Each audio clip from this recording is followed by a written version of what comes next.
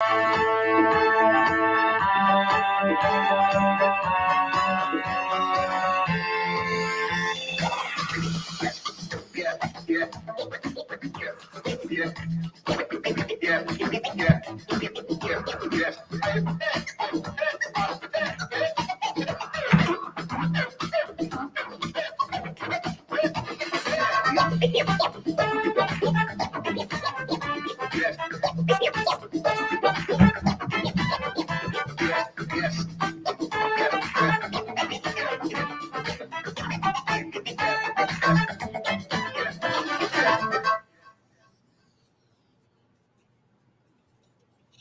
on in this house.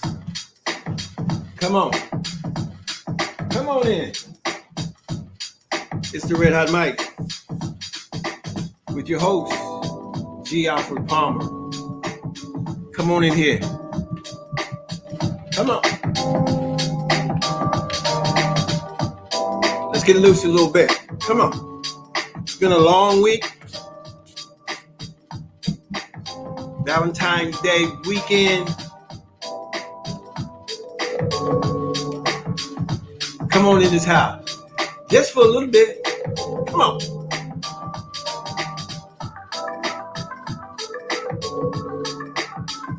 All right. Make sure you get your flowers, fellas. Make sure you get your candy, your jewelry, your flowers. Yes, your flowers. Got that reservation? Make sure you get that reservation, dude. Some good restaurants here in the DC area. I'm looking to check out a few myself. Come on in this house. It's the Red Hot Mic. Come on. Sound the alarm. Sound the alarm. It's time for the Red Hot Mic. And I am your host, Dr. G. Alfred Palmer. Come on. Come on in. I'm excited for another time to be with you as we prepare for this coming weekend. Super Bowl weekend. Cheers. Here's to you and to the best of you and in you. Cheers. Pomegranate juice. Good for you. Good for you. All right. You know I love music.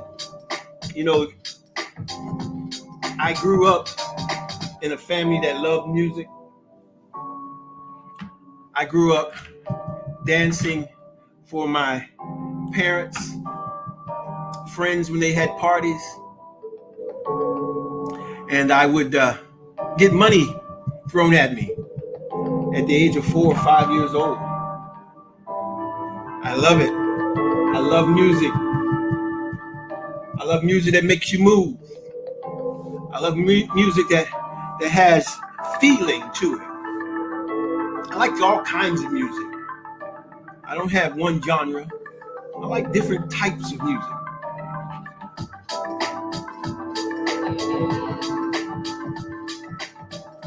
But it needs to make me move. But thanks for coming in to the Red Hot Mic. Thank you, thank you, thank you. I'm very much appreciative of your presence. So as we get ready,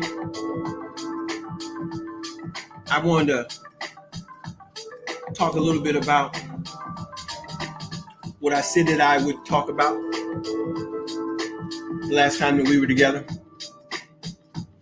I said that we're going to talk about femininity. Last time we were together, we talked about masculinity. This time we're going to talk about femininity, but we're going to do it a little differently. I've watched different people talk about the topic of femininity. I saw some really rich and well thought out and delivered presentations about femininity. But before I do that, what I need to do is ask that you would share, like, and hit the notification bell on the YouTube station. Hit the like on the Facebook app, and then hit the like and comment, I guess, on the Twitter.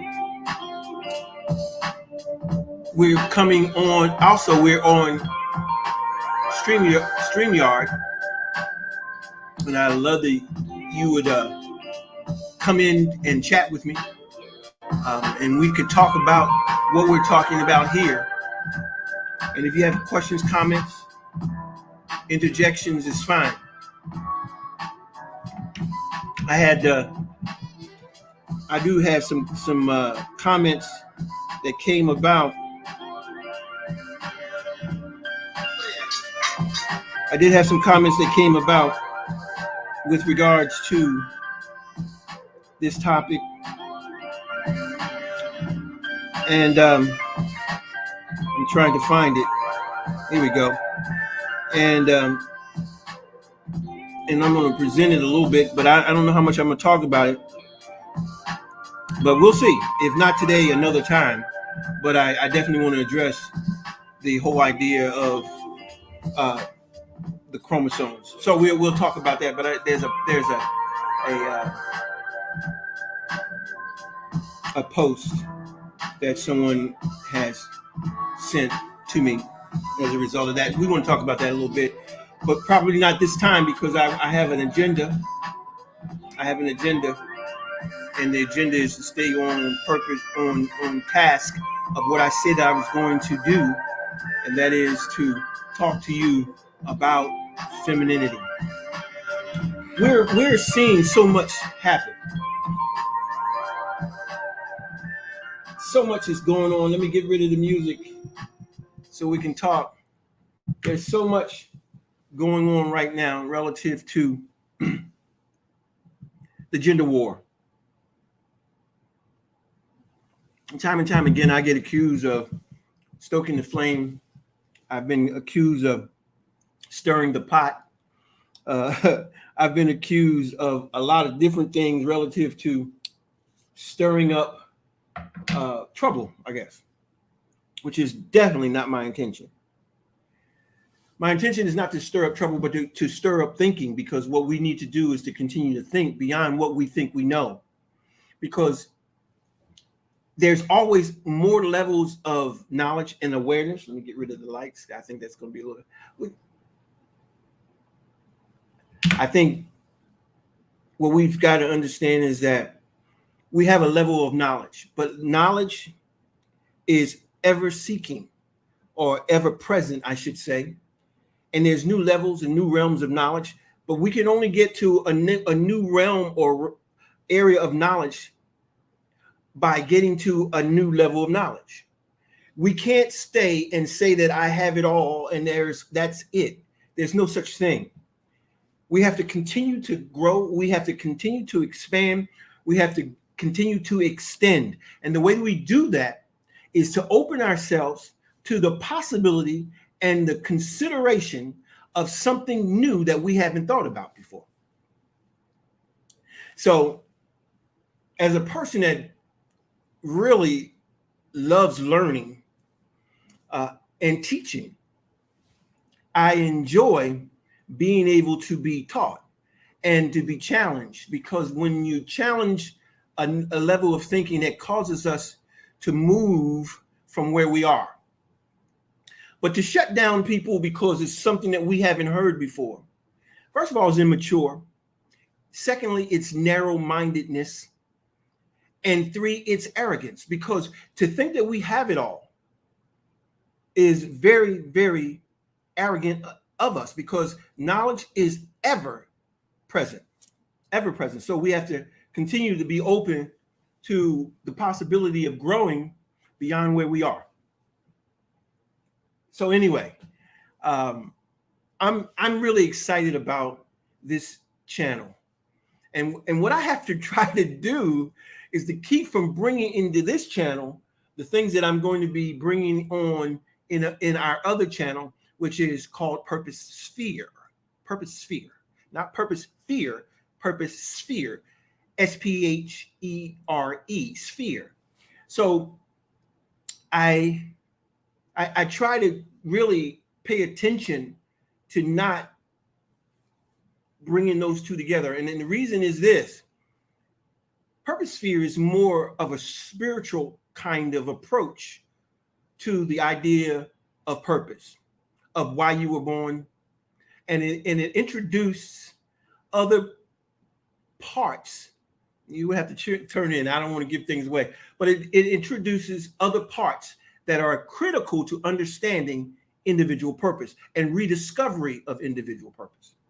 It's more of a spiritual station. And so I get into more philosophical kinds of thing. More, I do address some things from a religious standpoint, whether that be pro or con. I also look at it from a scientific perspective.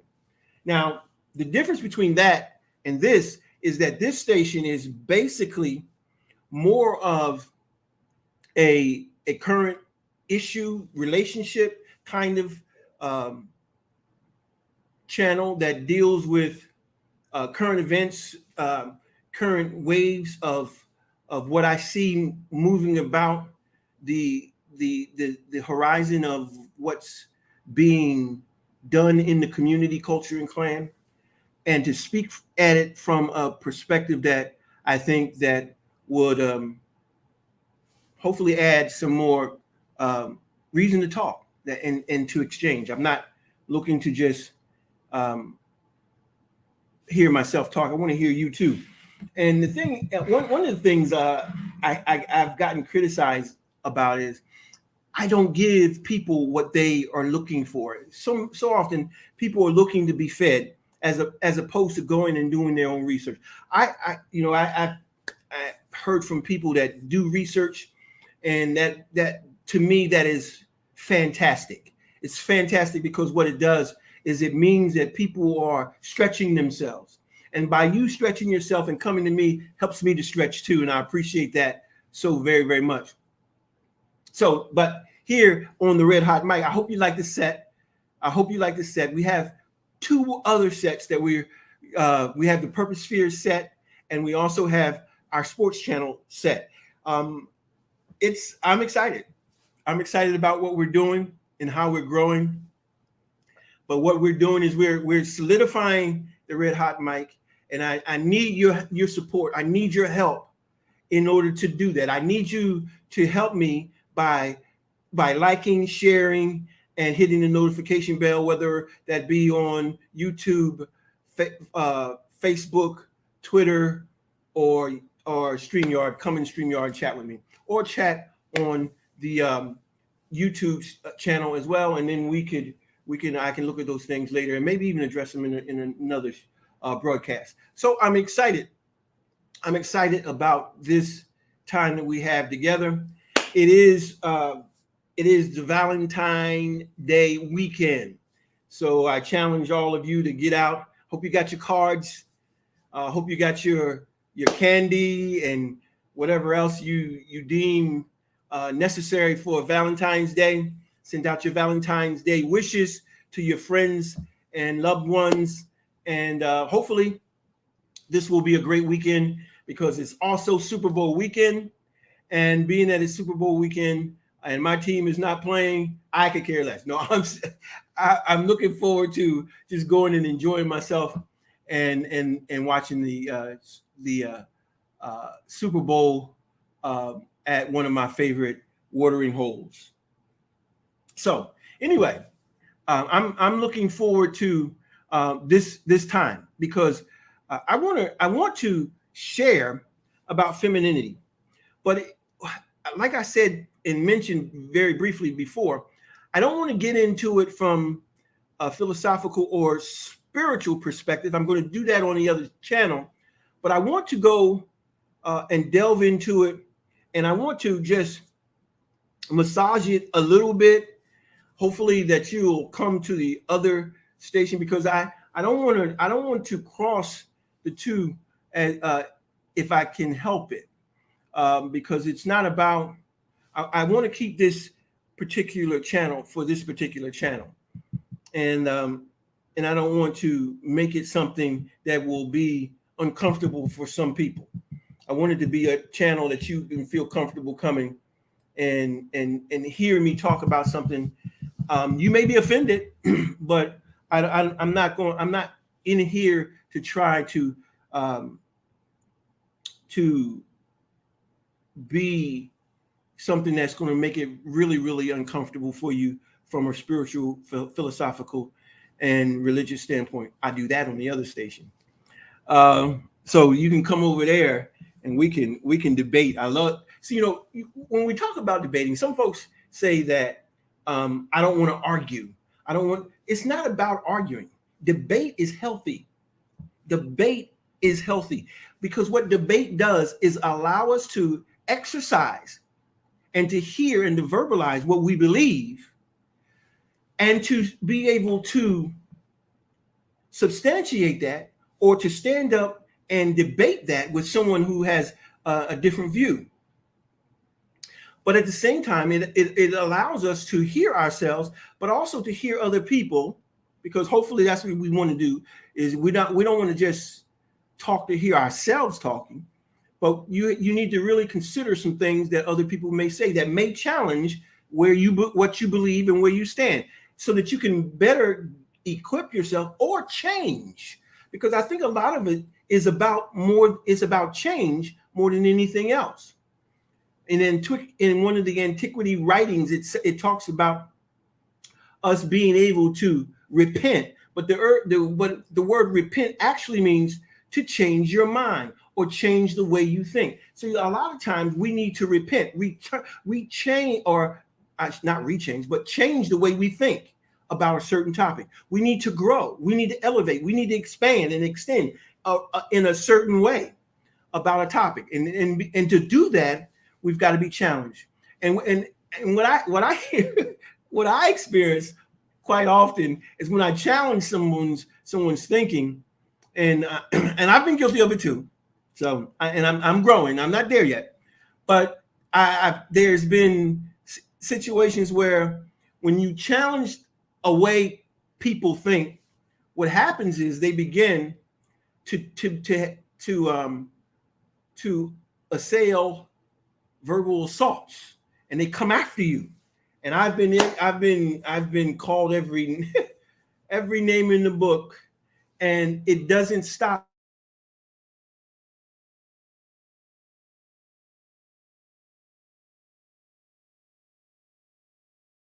me, because it doesn't matter that the names and the arguments that people get offended when you challenge what they believe and what they hold to be true.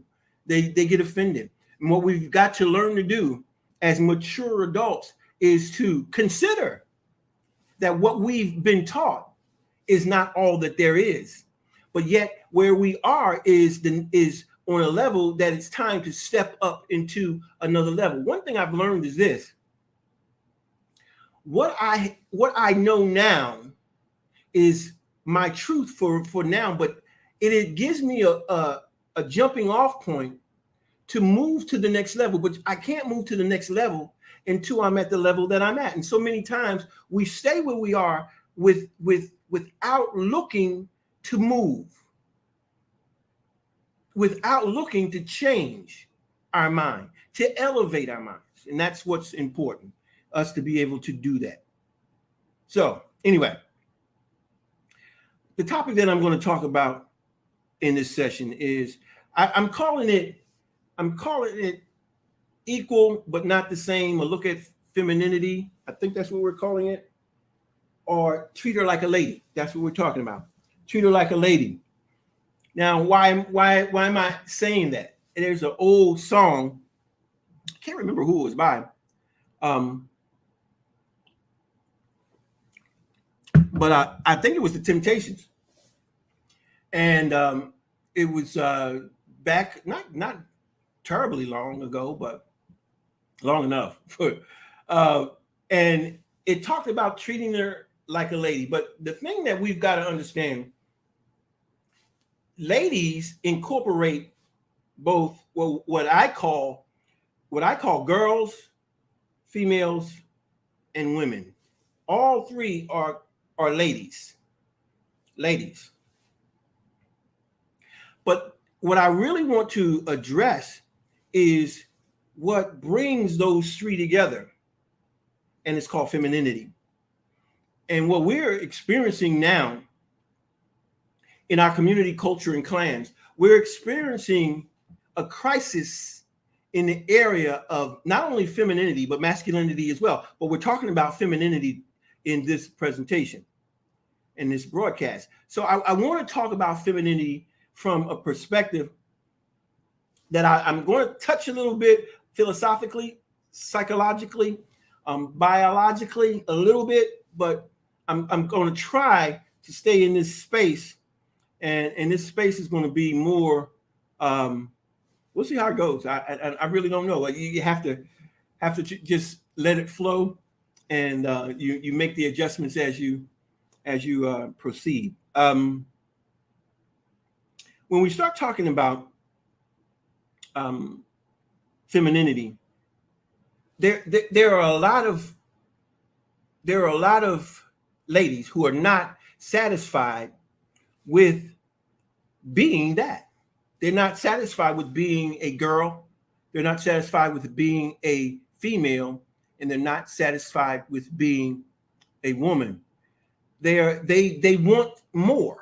And it's really amazing how when people have, they still want more than what they have. And it gets to the place where there's no satisfaction. There's no satisfaction at all of who we are. We don't embrace who we are.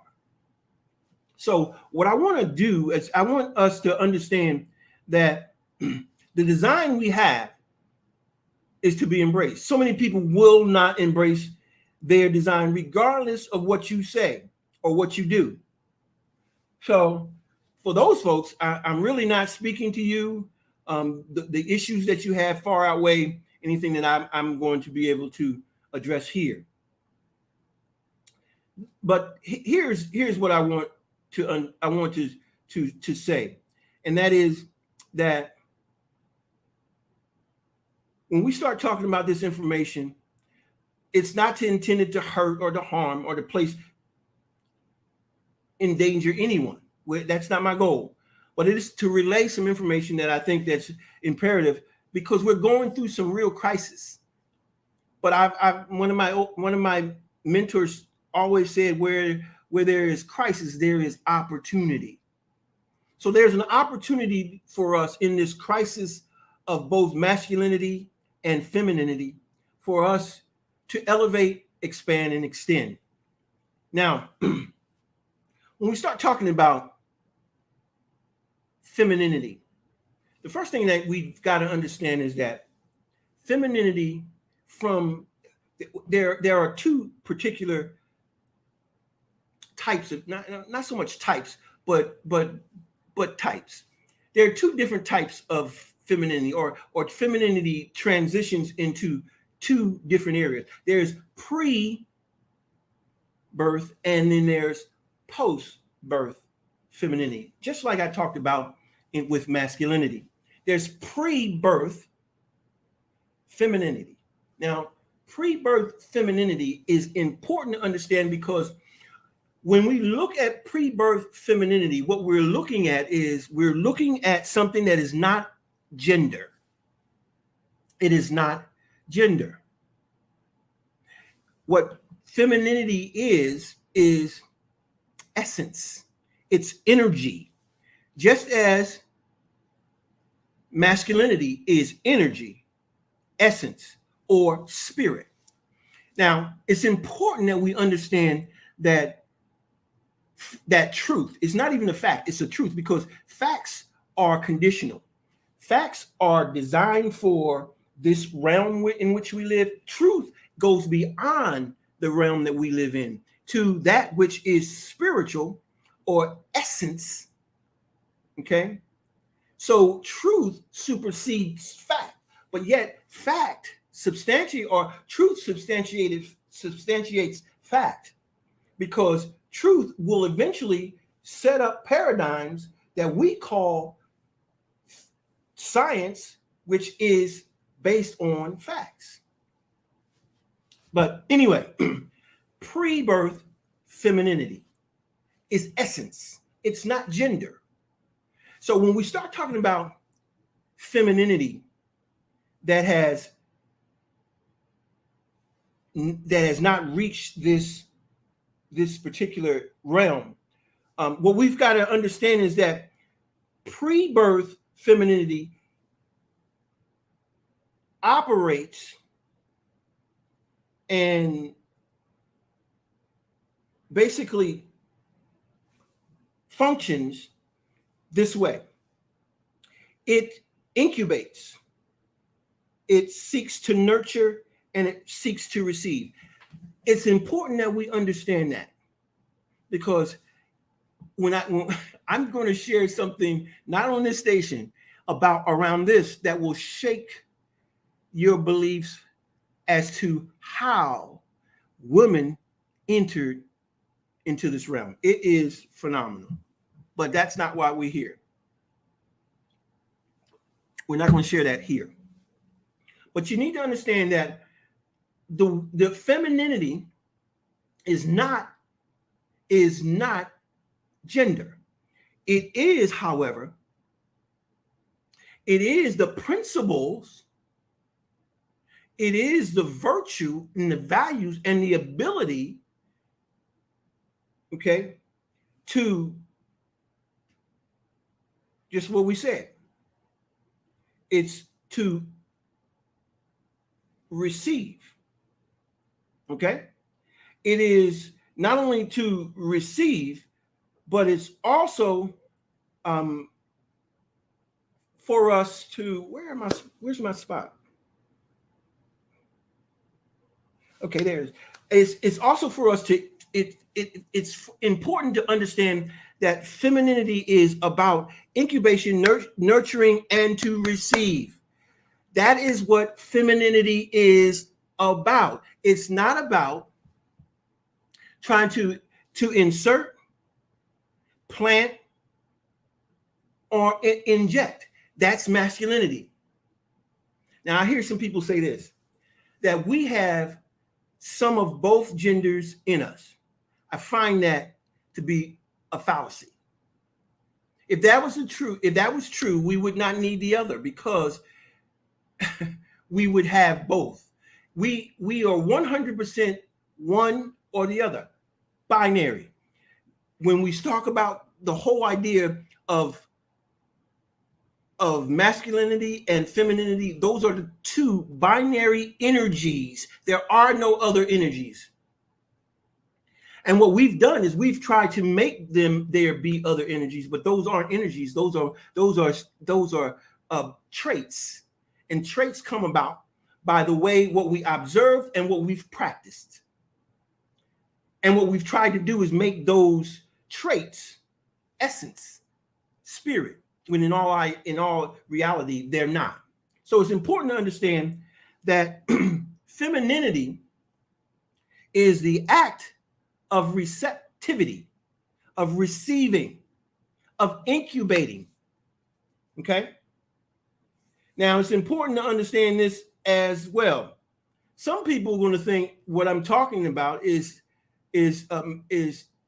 chauvinistic, okay, or misogynistic, and it's not, because what we've got to understand is that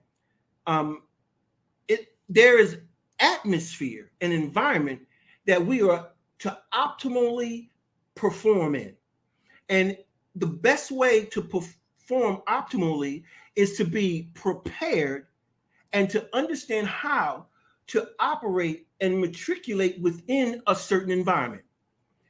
So what we've got to understand is how femininity is to matriculate and to operate and function in this environment. But before we can understand how it operates in this environment or the dimension that we live in, we first got to understand where it comes from. It comes from essence, energy, spirit. It has no sex. It has no gender. It has principles, abilities, and mentality. Okay? So it's important that we understand that. So when we start talking about pre-birth femininity, now what we've got to understand is everything that comes into this realm has to have a body. Everything that comes, that we're talking about human, everything has to come with a body. Now, I know there's some religions that would tell you that the devil came here, and we'll talk about that on the other station. We're not going to talk about it here, but I have an answer for that. But when anything comes from that realm outside of this, it must put on a body. Why? Because anything else would be unlawful. See, because science operates and functions by law. And when we have laws, there are certain do's and don'ts within laws. There are things that you do that make you lawful. There are things that make you unlawful. And so if you're coming into this realm, you have to be lawful and legal. And the way to be lawful and legal is to have a body. Feminine and masculine, even we see it in animals, but those have bodies. Everything has to have a body. So now, when we transition, or when masculinity and femininity transitioned from the unseen, the spiritual realm, into the natural realm, had to put on a body.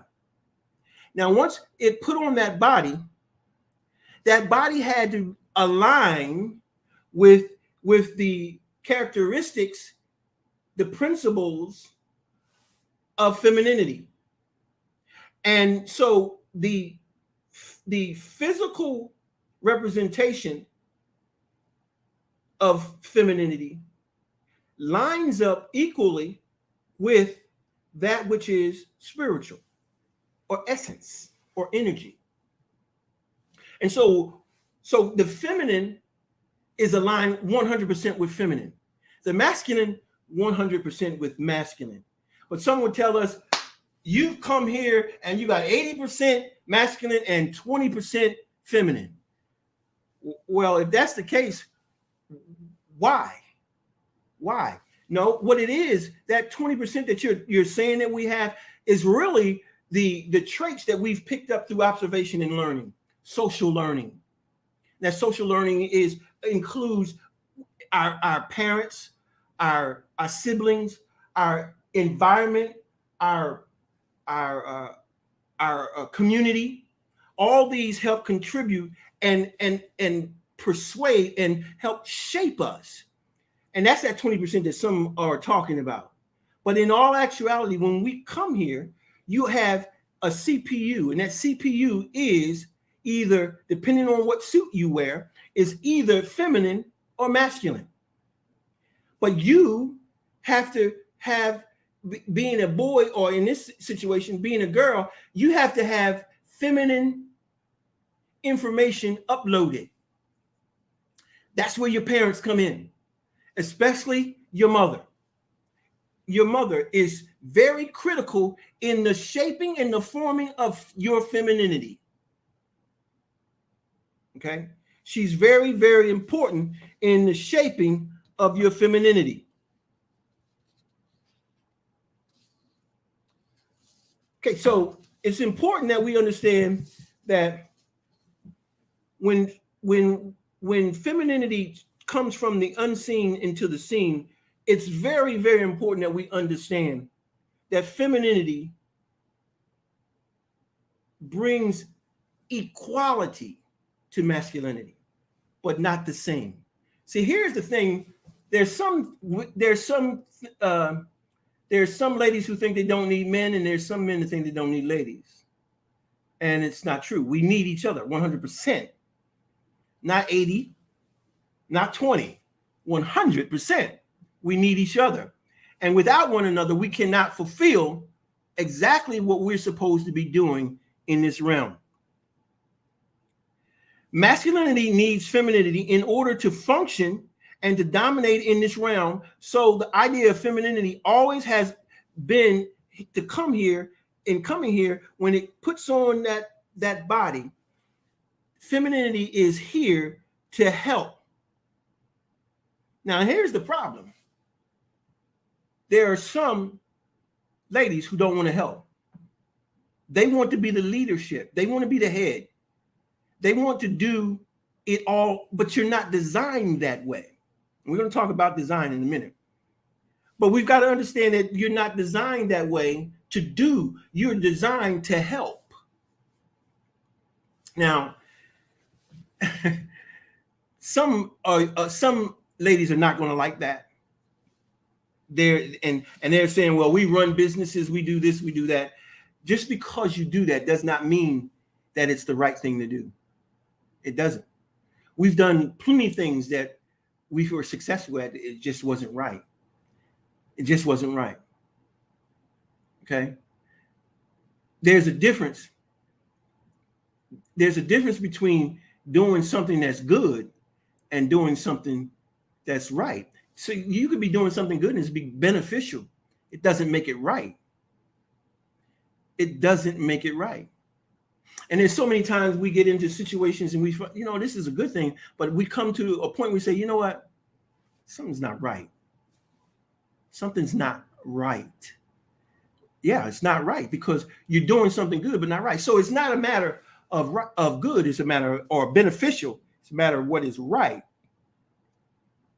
And so when we start talking about, okay, you're doing something and you're being beneficial, it doesn't mean that it's right. And so we have to really look at the fact that there is a right and a wrong way. And that's what people don't want, is you to tell them what's wrong or what's right. And they couch it under, this is my truth. This is my truth. Okay. This is your truth, but it doesn't make it right. It doesn't. Okay. But back on track. Let's talk about femininity should also provide relief, distraction, attraction, or attractiveness, and the ability for humanity to extend through childbearing, equal but different, needful, and quite necessary. Now, here's the thing. Here we need femininity. We need femininity because without it, our species is in trouble. Because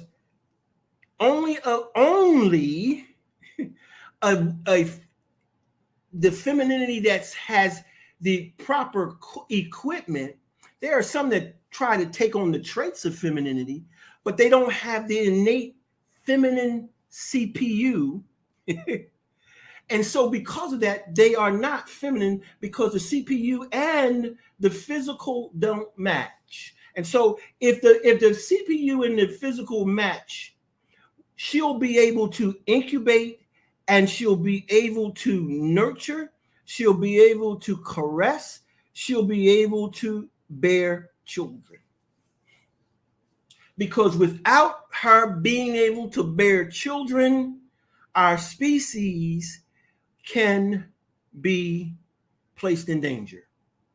So it becomes critical that we understand that she is critical and critical to our species continually to expand.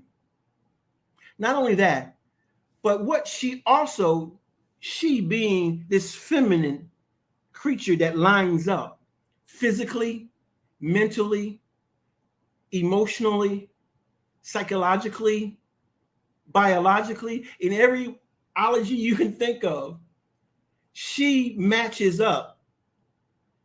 She is critical to our sustainability on this planet. Now, someone sent me some information saying that women were superior to men, and this was a man. Here are men. This represents men who really doesn't understand masculinity, nor femininity, nor the divine plan behind both. When I say divine, I'm talking about the spiritual, because everything emanates from that realm. Science, philosophy, everything, because all philosophies, biology, any kind of ology you talk about, it emanates from the primary source of mindfulness, and from that mindfulness came the mindedness of the different sciences. We'll talk about that on another station. But it's important for us to understand that the whole idea of femininity, and I've said this before too, is it's critical that femininity brings attractiveness. Femininity brings attractiveness. It brings beauty. Yes, it does. But what we see now, and I've said this before, I said men aren't supposed to be attractive. Women are supposed to be attractive. Men aren't supposed to be attractive. That's not part of masculinity. Attractiveness now, when we talk about attractiveness, we're talking about it from the perspective of looks. See, there are plenty of effective men who are not attractive, but are able to attract attractive women. But that's because of other things. But I'm getting off track. But here's the bottom line. It's important that women be attractive. Ladies, you are the attractive one. You're the one that brings the attraction. When we step into a room with you and people turn and look, it's because of you more than anything else. They'll glance at us, but the real focal point doesn't become us, becomes you, because you carry that attractive gene. It's in your CPU. You carry it. And what we have to do as men, we have to help feed that, because some don't understand. Some ladies don't see themselves as attractive. And so we've got to help them accentuate the way that they are attractive. That attractiveness varies in different areas. And we've got to accentuate those areas, right, ladies? We accentuate those areas because that's what femininity does. Femininity identifies, and that's one of the things about femininity. And we're going to talk about it in a minute. Femininity has the ability to see. Okay, has the ability to see. I'm going to get there. But let me back up and say that this is why women or femininity is important. Femininity comes from the unseen and comes into the seen world, and it puts on a body. That body that it puts on is a girl. And when a girl comes into this realm, she has a feminine CPU.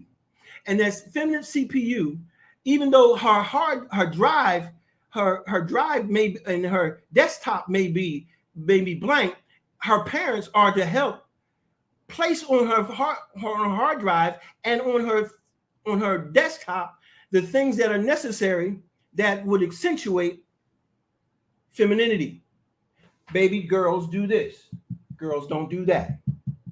Girls sit like this, not like that. Girls do this. Girls don't do that. These are the things that begin to shape the femininity of a girl. She needs her mother to shape that femininity. Now, what the father brings how masculinity engages with femininity. in a positive way. And so the father teaches the girl how she is to be treated by the other, or the masculine energy, how masculine energy and feminine energy are to flow. And not only how she should be treated, she could see it how the father is exchanging with her mother, and sees how femininity and masculinity exchanges, flows together and work together. But what we're most of us have grown up in single parent homes, so we haven't seen that. We don't know what it's like to have proper masculinity and femininity flowing together. We've seen contaminated or inappropriate masculinity or femininity in our homes, and that has affected the way that we go about and see the world as well.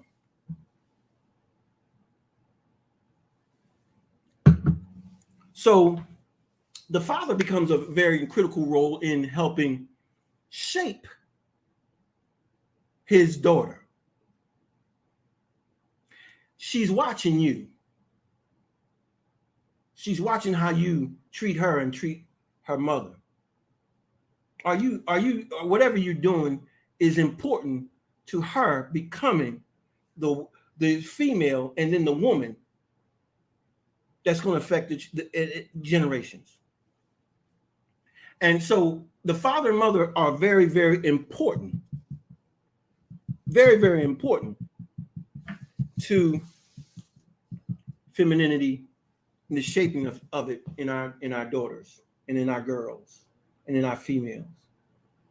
So now I want to look at, real briefly, because we've been here now for about 40 minutes. I want to look at something that I did a little bit with the masculinity piece. And I want to look at femininity in light of, see, the universe built you, designed you. See, design is very critical to us being able to function and operate in this sphere called Earth. It is very critical in how we function in our community, culture, and clan. And so I want to look at how your build, your gender build, helps contribute to femininity and how femininity should look as we go about our daily lives. The first thing that we look at when we see a woman, a girl, well, I'm going to say woman, because the woman is the finished product. The finished product. A girl is working toward femalehood. A female is working toward womanhood. And a woman is the culmination of what femininity is supposed to be. So when I'm talking about a woman. A woman is God's greatest creation, without question. It's not even God's greatest creation. It is his greatest masterpiece that he's formed. You got, and if you get that, is this: the woman was formed, men were created. But that's another piece. But I want you to understand that the woman is God's greatest masterpiece that he's ever formed. Look at her face. A woman's face holds attractiveness, because when you see her, she draws your attention. That face can also be a face of encouragement, and I'm going to speak from a positive perspective and not what we're seeing in today's culture. She can be an area of face of encouragement, right? And one of supportiveness. There's nothing like the face of a woman. And when you see the face of a woman, you know she's a woman by her face. She doesn't even have to say anything. She doesn't have to say anything. You know she's a woman. You can see it. Why? How can you see it? You see it in her eyes. Why her eyes? Well, her eyes are important. Why? Because they're captivating. Her eyes will, let me just say, let me go back to the face. Let me go back to the face. Here's why the face is important. The face is important because the face, the feminine face has the ability to transform hearts, minds, and environments. Remember how I said when she comes into a room, she changes the atmosphere? Her attractiveness changes the atmosphere. There's nothing like a woman. Nothing. And then when you get up close to her and you're able to see her eyes, what you begin to see is she's able to captivate you with her eyes. And see, one of the things that I love about a woman is she understands how to engage in and use her feminine wiles. And she can do it with her clothes on. She doesn't have to have her clothes off. She can captivate you with her eyes, with a glimpse from her eyes. By the twitch, the sparkle in her eye, she can captivate you. She communicates with her eyes. Watch her eyes. She'll speak to you without saying a word. Those eyes can be sexy and alluring as well. So the thing that you've got to understand about the feminine eye is that it's communicative, and it can communicate the emotional state and also her insightfulness of what's going on with her and around her. It's in her eyes. She speaks with her eyes. Okay? But that's not all. That's not all she does. That's not all. But what about those lips that she has? Her lips are sensual. Now, one of the things that bothers me is this. I don't think lipstick is something that certain women should be wearing. I'll leave it at that. I think lipstick covers the natural, God-given, or universal messaging that could be given by her lips and through her lips, through her mouth. Her lips can be supple, sensual. Her mouth demonstrating the ability to be very strong, communicative, and very verbal. She can communicate very well. You can't outtalk a woman. You can't outtalk her. She has the ability to speak and to communicate. It's important that we understand that about her lips, her mouth. She's able to communicate. It's very, very important that we be able to, and when you in the presence of a woman, her communication is different than when you are in the presence of a girl or a female. A woman's conversation is totally different than those. Okay, so we talked about her face, and we've talked about her eyes, and we've talked about her lips. What about, let's talk about her breasts. Her breasts. Now, when we talk about breasts, we're talking about her ability to nurture, to suckle, and to caress. That is the feminine qualities that she brings. But she also brings the ability to sustain and to feed. Oh, there's nothing like a woman. Her ability to nurture, to caress, to suckle, and to feed. Femininity is to be held in higher standards, definitely. She is to be held in high esteem, without question. But you have to understand, we are equal, but not the same. Well, let's move on. Because, hey, we love the body of a woman. We love the breasts. We love the lips, the hips, and the fingertips. We love those things about her. But she's so much more than that. Let's talk about those eyelashes. What about those eyelashes? I want to talk about those eyelashes. What are we seeing now? We're seeing these snuffleupagus eyelashes that these ladies are wearing. And in all actuality, what they're doing is they're covering up their natural ability of the eyelash. The eyelash is naturally alluring. Naturally. Not this what they're doing. They're trying to imitate deer. I don't know. I don't get it. But the bottom line is when her natural eyelashes are alluring. They're feminine and they're attractive. And where do they attract you to? Her eyes, don't they? They attract you to her eyes. But what we're seeing now is, I don't know. I don't understand these eyelashes.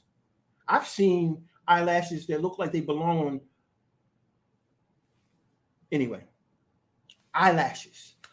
Okay, what about her fingers? What about her fingers? Those fingers that are able to caress. They're soft, they're nimble, they're feminine and well manicured. Not these claws and pterodactyl claws that we're seeing. I'm talking about natural. And even if you have shapely manicured, attached nails, at least I don't see how you can go to the bathroom. I really don't understand how you're able to clean yourself with those. I'm sure you can, but I can't see it nor understand how you can with those kinds of pterodactyl and raptor claws. I don't understand it. But a woman that has natural nails, those hands, they will attract you. They will hypnotize you because of what they are able to do. They're able to soothe. They're able to caress. They're able to heal. Right? Soft, supple hands can change the mindset of a savage beast. Those hands are basically the communicative tools of a woman who understands who she is, and she conveys all of who she is through her hands, her fingers. Feminine fingers. Not this, no, feminine, soft, alluring, sensual. Okay. Now, what else can I talk about? Her hips. Her hips. Now, today what we're seeing is extremely large hips. And for some reason, some people think that that's really attractive. But the hips should be proportional to her body type. Anything else takes away from the attention of the rest of her and focuses on the one area. And that one area is not the totality of who she is. Hips speak to childbearing ability. It speaks to her reproductive system. It speaks to lower body strength. Important aspects, no doubt. But it also speaks to her ability to withstand and to maintain balance within trying times. One thing about a woman is that she will stand in the midst of a storm, and she'll go through the storm. But after the storm over, she's probably going to leave you. I'm sorry. I'm sorry. Excuse me. I didn't mean it. Anyway, fellas, she'll go through the storm with you. She has the ability to withstand. And if the situation calls for, here's where she's the strongest. Here's where she'll stand the most fierce. That is when it comes to her children. She's more fierce about her children than she is about you, fellas. She really is. You know it. She'll stand. She'll do whatever, and she'll go as long as she has to for her children. For her children. But we need that. We need to recognize that in the totality of our relationship, not just with our children. So her hips, her legs are shapely. Okay, they're shapely, they're strong, they're able to stand long, they're nimble, and they're limber. She runs, she keeps and takes care of her legs. Strong legs, strong ankles, strong knees. Her legs are shapely. They're not scarred. She has the ability to withstand and maintain balance. Whereas the hips stabilize her, the legs is what she stands on. She's powerful in her lower body. And those things are types and shadows that speak to her nature as a feminine, as a woman. It speaks to who she is. Now, what about her feet? What about her feet? Her feet are small. They're small. They're soft. They're thin. They're narrow, and they have a tendency to be more sensitive. Some women, who men too. Well, we talked about the men, and we talked about them already. But here's what we need to understand about why her feet are built that way. Her feet are built that way because she's cautious. She's cautious about the steps she takes. She takes small steps. She doesn't like taking big steps. She's very strategic and takes small, calculating steps. She's immediately focused. She's focused on where she's going and how to get there, and she's very meticulous in how she steps and how she moves. But at the same token, even though meticulous, she can be easily shaken because her feet doesn't give her the stability that the wide feet of a man does. So he has the ability to stand, right? He has the ability to stand and not be shaken as easily. He can be shaken, but not as easily. So, but that's not all. I want to talk about two more areas that I think that are very critical. And we're going to close up with these. One of the things that I see that especially on social media, I see a lot of women turning and showing their butt, their rear. Now, I want you to understand this about your rear. And I'm talking about natural, not enhanced, natural. It should be commensurate to your body shape and weight. It's really not an asset. I mean, really, it's an exit, not an entry. And there's nothing attractive. See, because listen, it is to expel waste. And there's nothing attractive about a garbage disposal or a garbage can. You don't sit down and say, "Oh, that is one fat garbage can. Man, that garbage disposal right there, Lord." No, we don't do that. She's more than that. She's more than her hips. She's more than her butt, her rear. There's absolutely no value. What it does is gives her the ability to withstand. It gives her more weight and more stability to be able to stand. Other than that, the value of her rear is minimal. So her showing her the angles is to allure you to something unnatural.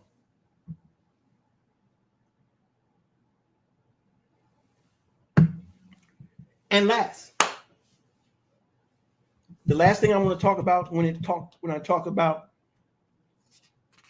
femininity and gender body shape is this: body weight. Did you know that earlier the tradition of carrying your wife across the threshold is indicative of you being able to carry her? So the question is, can she carry you or you carry her? In today's culture, we're finding that the women are as big as men. The average body weight for a woman is 187 pounds in the Black community. In the Black community for men, it's 197 pounds. That's not a lot of weight difference. That's not a lot. That's practically, she's as big as you. Can you carry you across the threshold? You probably can if you work out, but most men are not going to be able to do that. Your women should be at least half the size of a man. At least.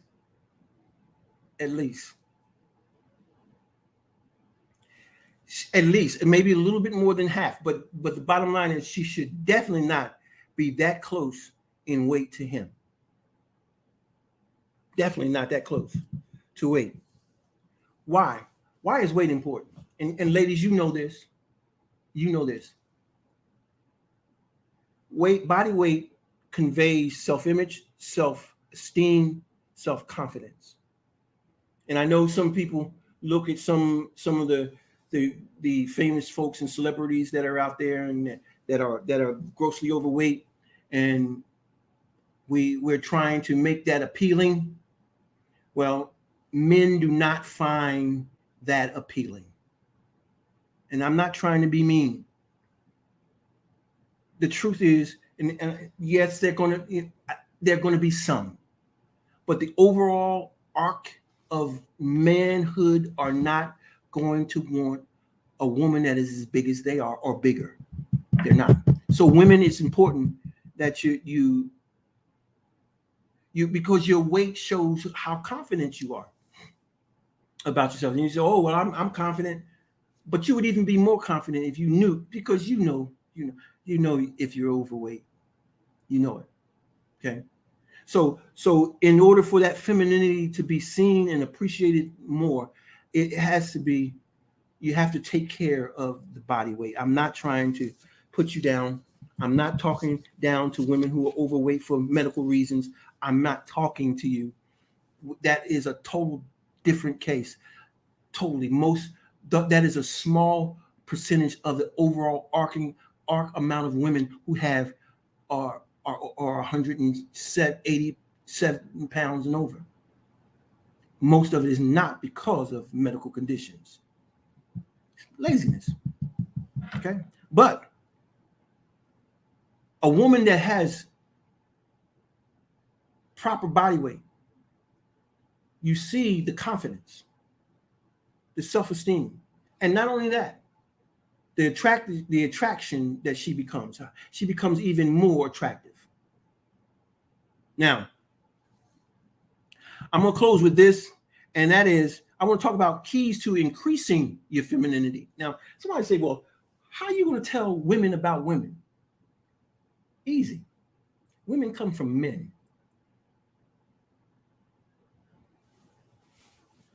No, you need to study. Woman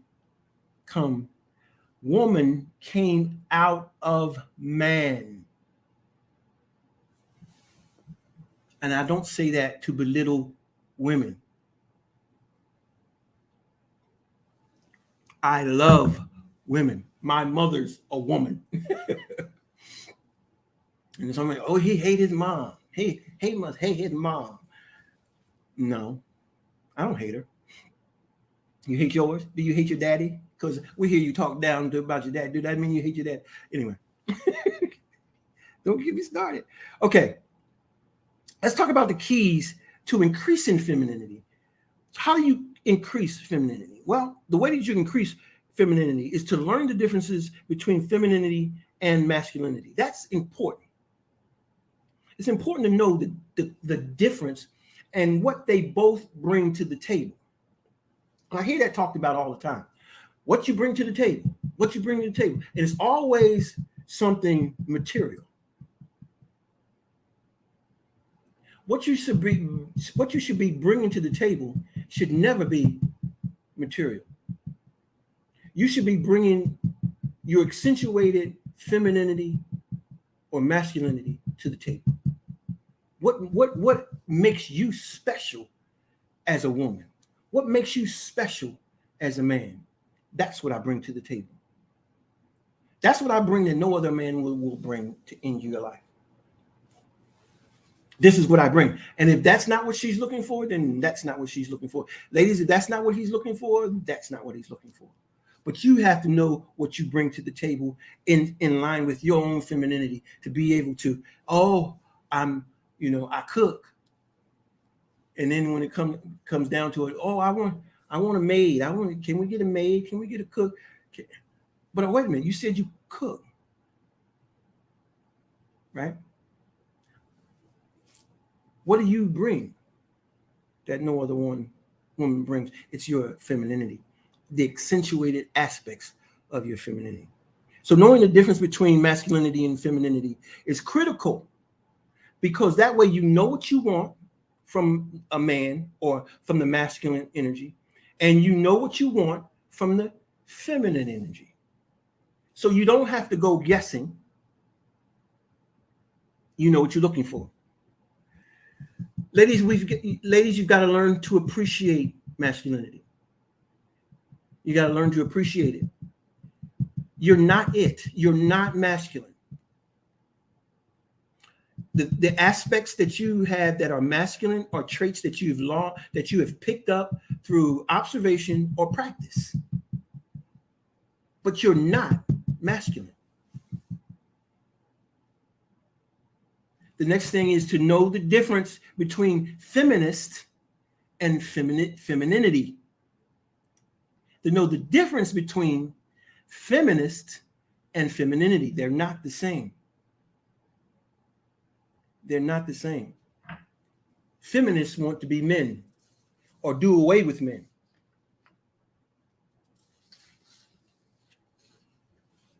Okay. The next one is embrace your femininity. Listen, there is nothing more attractive than you on the planet. But the arrogance, the conceitedness is very unattractive. You can attract with your clothes on. You don't have to be naked. You can be attractive and not be in front of your bed taking pictures. You can be attractive without all the cleavage. You can be more attractive without all the weight. The next thing is, after embracing your femininity, is to engage in feminine building activities and endeavors. Find where women are, not where feminists are. Not where the feminine entrepreneurs are. Because find out where the women are. And get in their company. I'm a guy, and I've found YouTube pages, and I found women who are very feminine and support the idea of femininity, and you could see that femininity. That's what's needed. Next is learning about purpose. Purpose is important because it's the reason why you're here. It's the reason why you're born. You've got to learn about purpose. Next, after learning about purpose, you've got to rediscover your purpose. And we can help you on one of my other stations do that. And then lastly, activate individual purpose. And last thing I'm going to say about that is you can purchase our book, and it's going to be in the description below. The Misconception of Eve. I want you to get a copy of that. because that's going to talk about femininity as well. Well, excuse me, I've said more than I planned on saying. That's for sure. My goal is not to upset or to insult anyone. My goal is to help. My goal is to help. I'm not everybody's cup of tea. I know that. I'm not going to argue with you. If I'm not, then there's other people on YouTube that you can probably tune into, and maybe that it'll be more to your liking. But the bottom line is this: iron sharpens iron. You can't be around the same people if you think that you're going to be able to grow. If you can't. Everybody shouldn't think the way that you think. But anyway, thank you for this time. I very much appreciate it because I enjoy your company. And I'm trying to, let's see what we can. It's time to close it out. And I appreciate you coming to this particular broadcast, and I hope that you'll come back again. So until the next time that we come together, this is Dr. G. Alpha Palmer. Peace.